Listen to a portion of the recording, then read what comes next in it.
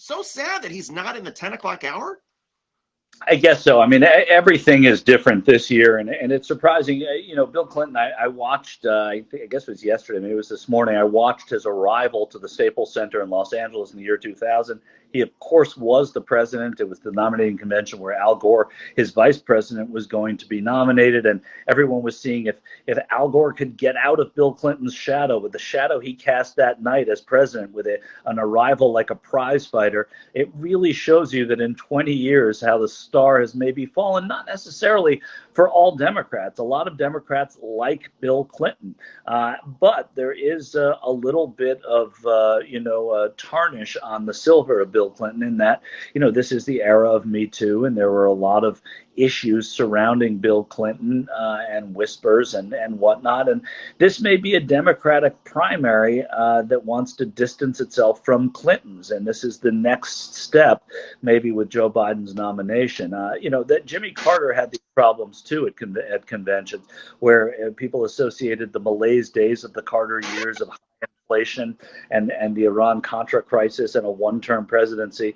He wasn't the most exciting person for Democrats to be showcasing and following conventions. Now he is the sort of the emeritus professor there, and they love having him back. But Bill Clinton early, I guess that's part of what we're experiencing now in the change in the Democratic Party.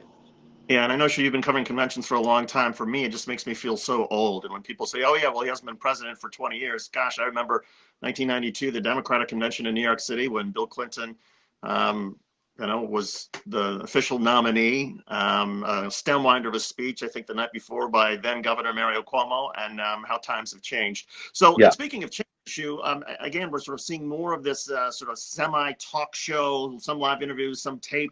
As far as night two, the major change that I've seen is instead of Eva Longoria being the host of the Democratic Convention, now it's Tracy Ellis Ross, who is the star of Blackish. I guess they're going to go through some of the top Hollywood actresses before this convention is over. Yeah, I better hurry back to L.A. But I think that you're right. I think that some of this is old Democratic Party stuff, right? Get the celebrities out there, get the liberal celebrities out there, and even though it leaves the bad taste in some people's mouths. And now, first of all, it's only been 19 years since he's president. Don't age us too much, Shu. Yes. Right? 2021, we still have a little bit of time. The thing that right now that we're seeing at the convention is the roll call, which to me is the hokiest part and my favorite part of the convention, where you see people from different states. Actually, they call the roll of the states and territories. There are 57. You include D.C., the 6 territories and Americans abroad. And they each one says, this is so-and-so, and I am from the great state of fill in the blank, Idaho, home of potatoes and home of, and then you name some great Idahoan, who Frank Church, right? You say Frank Church and a Democratic tradition, and then they say who their delegates go to.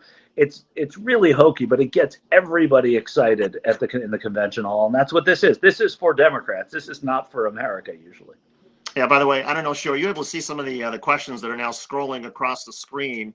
I don't know if you can see one of them, but I can confirm to Chryso that, yes, Michael Schur is a cut above all the other political correspondents.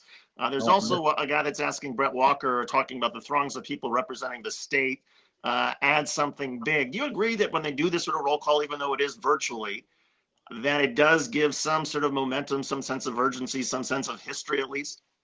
Well, it does when you do it in person. We have yet to see what it's like here. I mean, sitting through 57 different states and territories and one person in a room with a flag of Guam over their shoulder, I'm not sure that that's going to really bring the oomph. But that said, I think there's something that we're all gathered around watching this and we're all understanding that we're broadcasting like this, that people are having a convention like this. So I guess some of the charm of this is that we are getting through this as a country, and these conventions bring a lot of people together. And so to that end, again, I don't know, but I think it's always fun, and I'm looking forward to watching when we're off of this, just to see, get a feel of what that's like. Yeah, the 10 o'clock hour is certainly the most important hour when they get the biggest audiences. But I got to have you put your producer hat on. I'm going to put mine on and give you a suggestion or a theory as to why they started the 9 o'clock hour the way they did. And they started with, I don't know, what is it, 17 young sort of rising Democrats all sort of talking about Joe Biden and no effing way, or it's a big effing deal, a reference to Joe Biden when he talked about, whispered to Barack Obama when they signed health care, this is a big effing deal. Well, so, okay, it's kind of hokey. These are all sort of no-name Democrats, younger Democrats. I wonder if the idea of starting with that in the 9 o'clock hours, because maybe they want the Democratic Committee, Democratic National Convention, the people who are producing this, they want a lot of discussion about Michelle Obama and what happened last night. And they want that sort of coverage to continue for at least a good 15, 20 minutes before the networks then cut away from their anchors and the reporters and then go to, say, Bill Clinton, who was speaking at 9:30. Does that make any sense? It makes a ton of sense. And I think, we talked about this yesterday, right? The idea, and I said this, and you just hit on it, Shu, is that I thought they should have opened bigger last night because it was awkward. But it also, in fairness, took a lot of getting used to for everyone, including the people who are producing this. So I thought, well, maybe Michelle Obama should have gone first. I was wrong. I'm not a producer. She did a great job by batting last and being what everyone was talking about afterwards.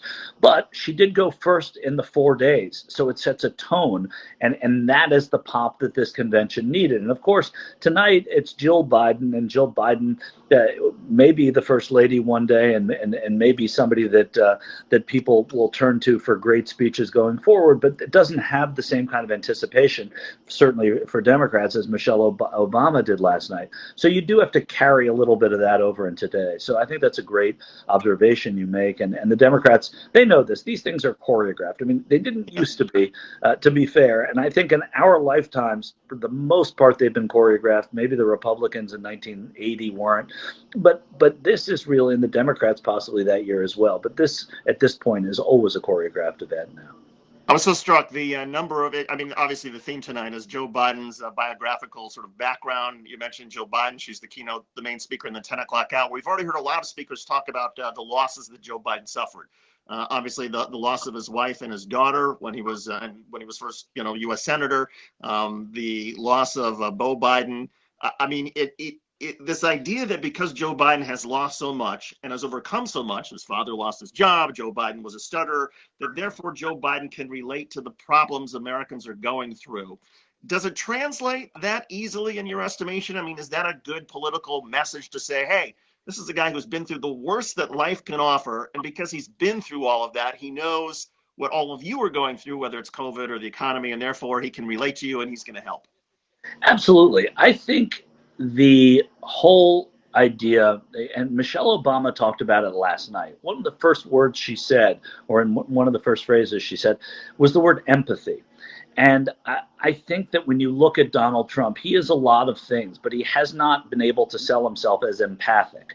And I think Joe Biden, because of how he has suffered, because of the way he speaks to the families of the fallen, because he is the family of the fallen, to people who are in crises. One of the parts of being president, and we've talked about this before, is being comforter in chief. That's one of the roles of the presidency. And Donald Trump has failed at that. Some presidents are better at it than others. You look at Ronald Reagan, I would say Bill Clinton is one of them who was successful. Maybe others haven't been so much. George W. Bush, after 9/11, a comforter in chief. It hasn't been something that Donald Trump's been able to do when more Americans have been lost on his watch than in any of our lives. So it does seem, or to an event certainly, to a T, I think Joe is his empathy, and part of the reason that the Democrats are comfortable with him is he's somebody who can care. So I think it's a really important thing you bring up. As far as looking at the numbers from last night, they were way down, off by something like the ratings in terms of the broadcast networks were off by 25 or 30% from what they were 4 years ago. And obviously when you don't have a lot of people, when you don't have anybody in the room cheering you on, it's a very different sort of canned event, more of a infomercial. Having said that, it does seem like they tripled the number of people who are watching online, whether live streams on YouTube or the various network streams. And at least according to the Biden campaign, if you add all of that up together, the live streams plus the people who are watching on the traditional networks, it's about even, maybe 30 million or so Americans, which is about where it was 4 years ago. Do you buy it? I mean, I buy that more people are watching because there's a curiosity factor. I don't buy that they're going to be able to sustain it. I don't think they're going to have huge numbers tonight. Tomorrow night, their numbers may grow a bit. You have certainly different people on the docket tomorrow. We have somebody asking us in the stream here if Elizabeth Warren will be given a slot. She's speaking tomorrow. You have, I believe, you're going to have Kamala Harris speaks tomorrow as well. It's a big night, well, let's see if they go up tomorrow. But tonight's probably not going to be the big night. Yeah. By the way, for everybody who is watching us on our live stream, whether it's Facebook or YouTube or Twitter, Michael Schur, David Schuster here. We are normally on Quick Hits News, which is our daily 15-minute broadcast where a bunch of correspondents, all with network level experience, men, women, African American, young, old, we get together, 5 or 6 of us, and we talk about the top news of the day in 15 minutes. We all bring a minute and a half to whichever particular story we're focused on. We react to some other stories. It keeps you up to date. All 15 minutes is all you need to catch up. We don't waste anybody's time or BS free. We just get right to the point. But as part of Quick Hits News, we are expanding to the live coverage like what you're seeing now. Earlier today, I had the opportunity to talk to Tal Heinrich about the Middle East for a good half an hour. Now I'm talking to Michael Schur, the best person to be speaking with on any sort of a convention night. And one of the things that's so fascinating about this, Schur, is you mentioned that with these live shots, that there's the ability for people to go ahead and ask us questions and make some points and whatnot. So, for example, one of the questions is the Liberal Party dead? That's one of the questions. And I presume that means progressives, people to the left, Alexandria Ocasio-Cortez. Is this what, given that Bernie Sanders, unsuccessful 4 years ago, ran an impressive campaign now, but did not win, it seems like it is the Democratic establishment again. So what do progressives do? Well, look, I think because of where we are, there's so much about the semantics of this that matter. Some people think that the establishment are what they call liberals and everybody else are progressive. So even knowing what liberal means anymore, I met George McGovern in, 2005, 2006, and I sat next to him actually at a dinner honoring the father of a friend of mine, and it was a thrill to sit next to him. And he said to me, everybody says progressive. I like the word liberal. I fought really hard to make it popular. And now liberal among progressives is a word that is a little different. But I do think you're right. I think this is a different sort of election. I think these primaries were not about issues, and progressive issues are still very and probably the most powerful in the party, and the Democratic Party is going to have to learn that. But I don't think, and I think when you see Joe Biden as the nominee, that this election and people that I met out in the field all across the country really during the primaries were saying to me that, Joe Biden's not my favorite, but I really do believe he can beat Donald Trump. This is a referendum on Donald Trump. There's no question about it. So I think you have to hit the pause button to really evaluate whether or not the liberals are dead, because I don't think they are. I think that there will be a rise in progressivism, certainly as it goes forward. I just think that everybody needed a timeout here. They needed to reset. Maybe Joe Biden was the guy to sort of take them across the bridge. Sure, I want to have a little fun with you for a sec because we've got this new technology. I'm going to show you something really weird, and that is so people can see us live. And I'm going to show you my my Twitter stream, and you're going to see us live again. Look, there you wow. are. Look at that. A little bit of a delay. Wow. And but I can see there I am with the maroon shirt, and so we're live streaming on Twitter.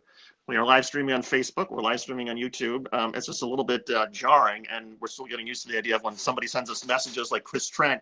For me to open up his message, the attachment he just tried to send me, would mean not being able to hear Michael Schur.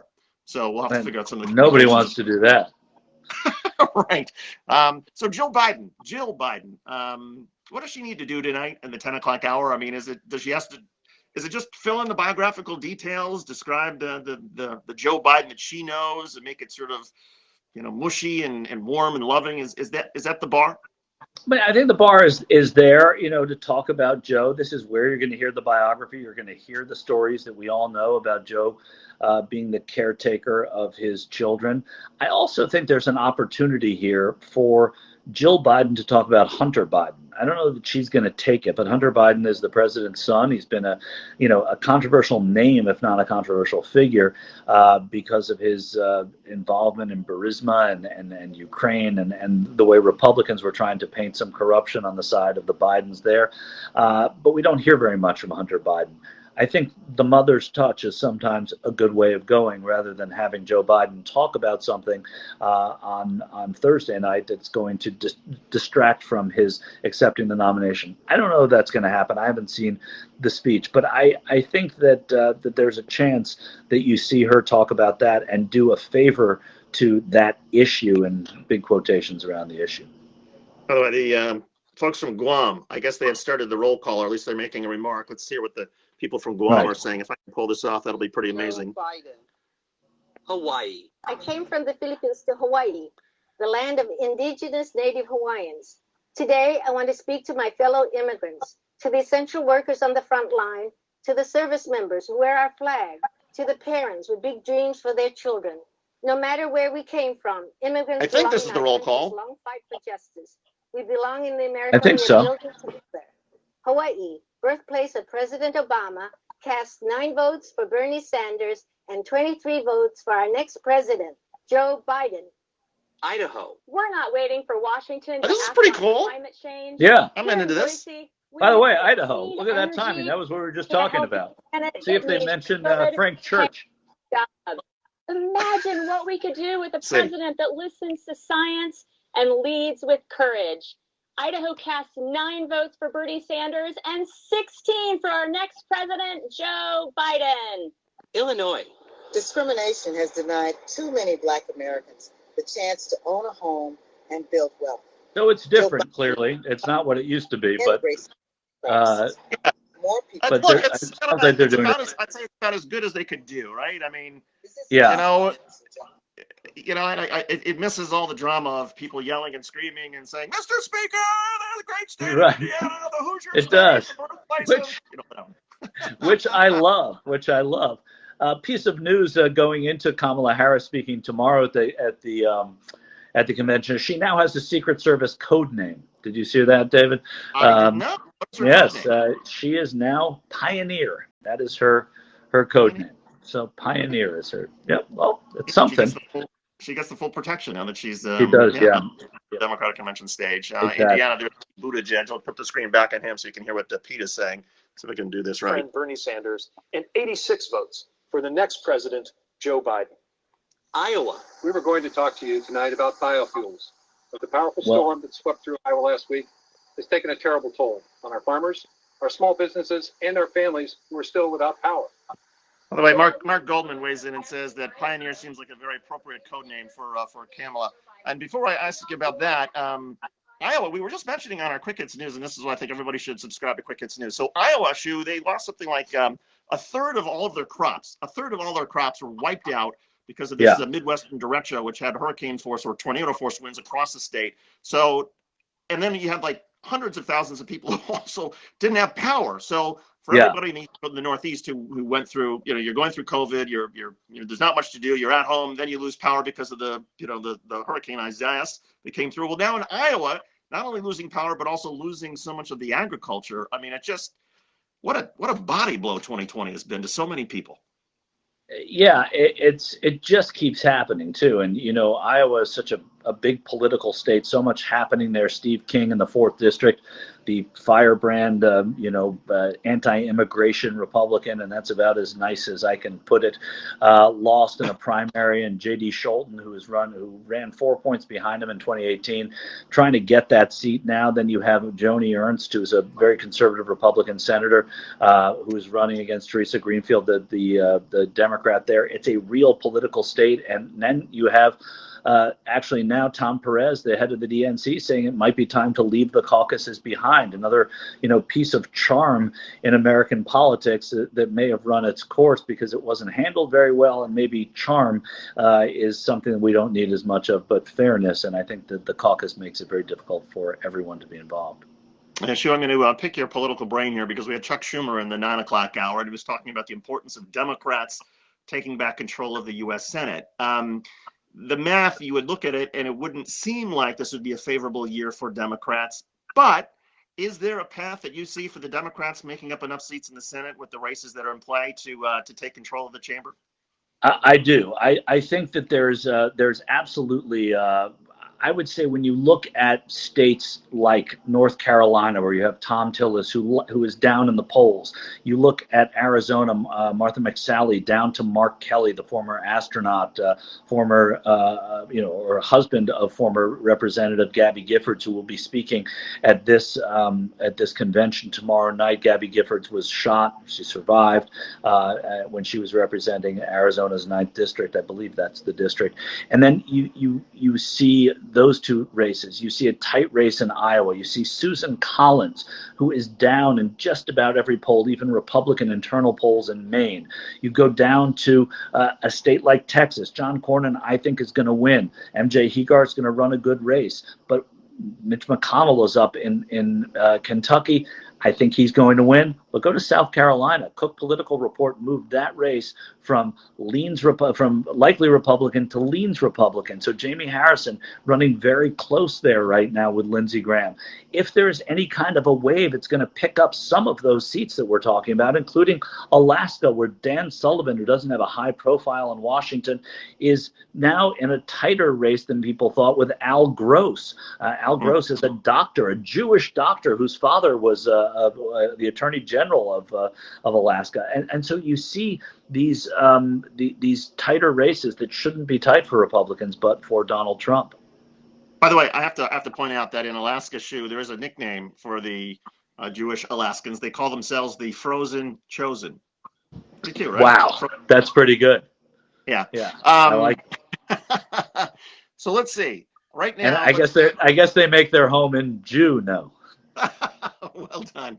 Yeah, everybody can see why you got to follow Michael Shore on Twitter and watch our show, Quick Hits News. It comes out every day at 5 o'clock. Right now, we see, look, there's Amy Klobuchar. I think she's doing the, let's put this on and do more of the roll call so you can hear more of this and see what this says. In America. That's what Joe Biden will do as president. He'll build back better. He'll cross the river of our divides and unite this country from our cities to our suburbs to our rural areas. And now, we will virtually cross the great Mississippi to St. Paul to hear from my friend, Mayor Melvin Carter. Thank you, Senator. As the 46th mayor of a city that's more than ready for our... You got a feel for Senator Klobuchar, right? You do, yeah. At least it's not a blizzard.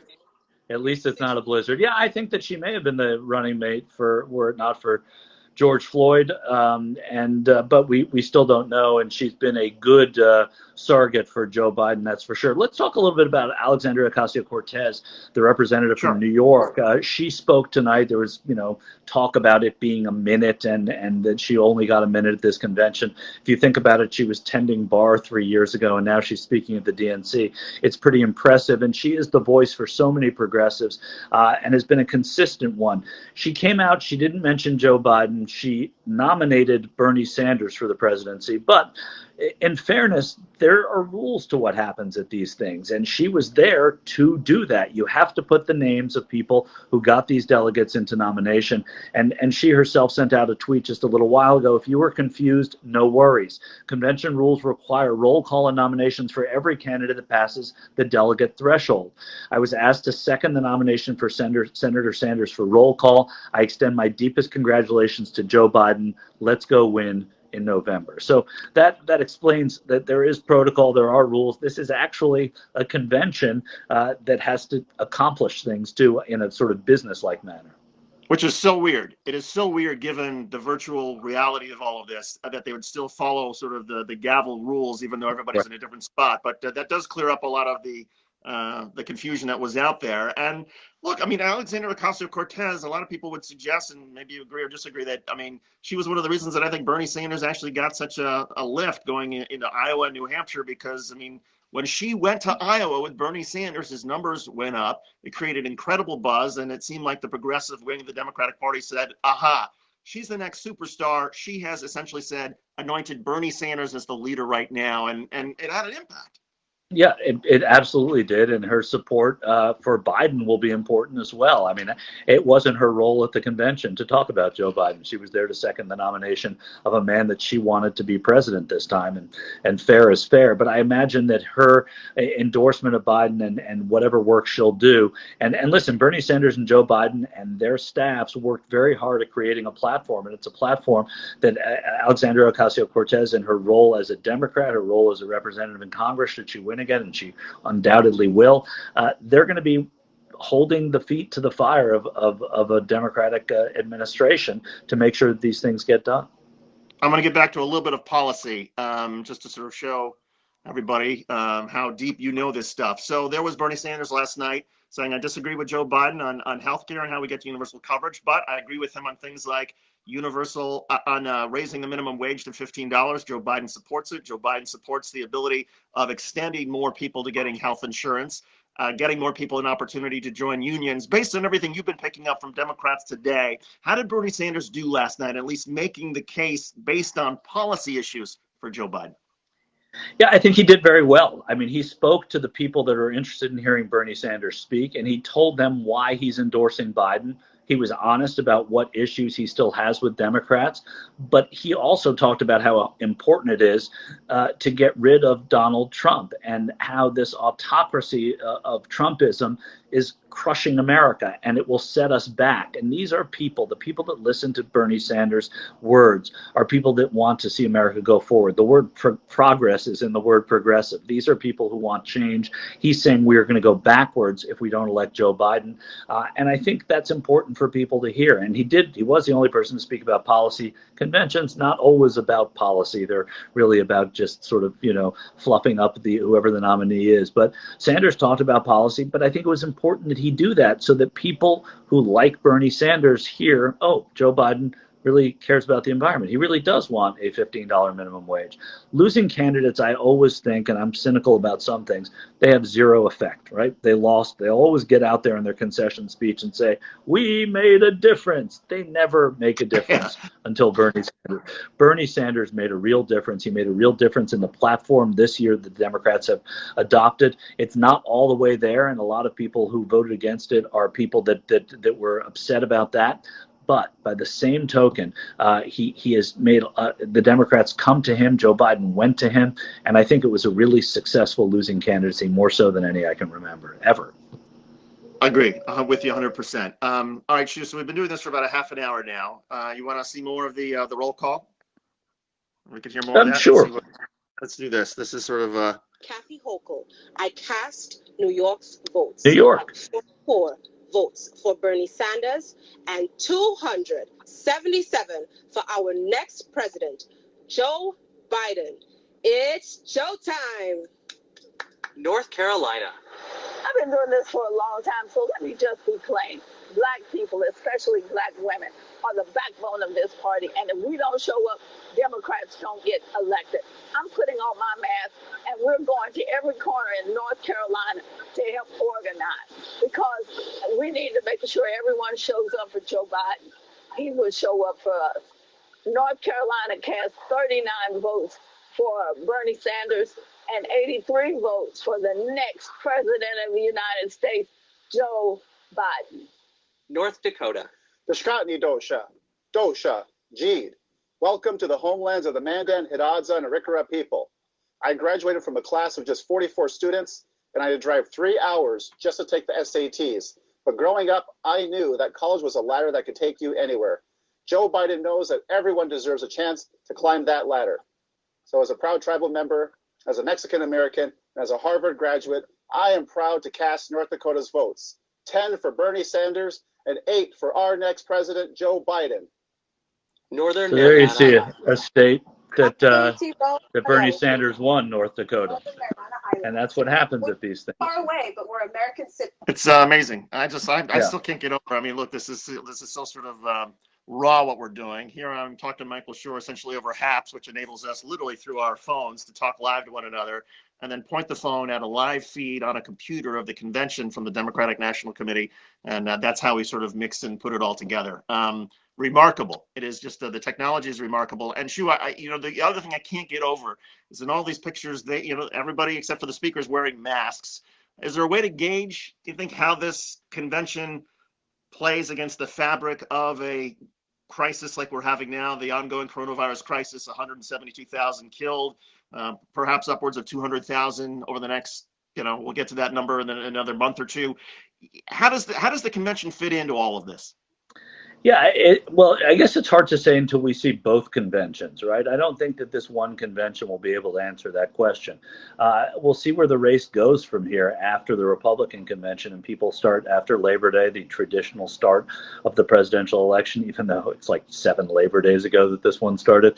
I think that you have you're better able to gauge exactly what direction this is going to take. Clearly, this is going to be the COVID crisis is going to have to be danced around both physically and rhetorically by certain candidates in certain places. But I think that that Americans are going to want to see some campaigning done in whichever way they can, and the masks are just a part of that now. Yeah. Sure, I'm going to let you go because I know you want to watch the rest of the 10 o'clock hour, as do I. And as much as we're having fun beaming it over our cell phone, we'll let people sort of watch it, whether it's their TV or whatever sort of device they want. But this has been fun, Shu. I'm enjoying talking to you. Yeah. All right. And we're gonna do this again tomorrow night, 9:30 tomorrow night. And you can also catch Michael Schur on Quick Hits News. Subscribe. Go to YouTube. Look for Quick Hits TV.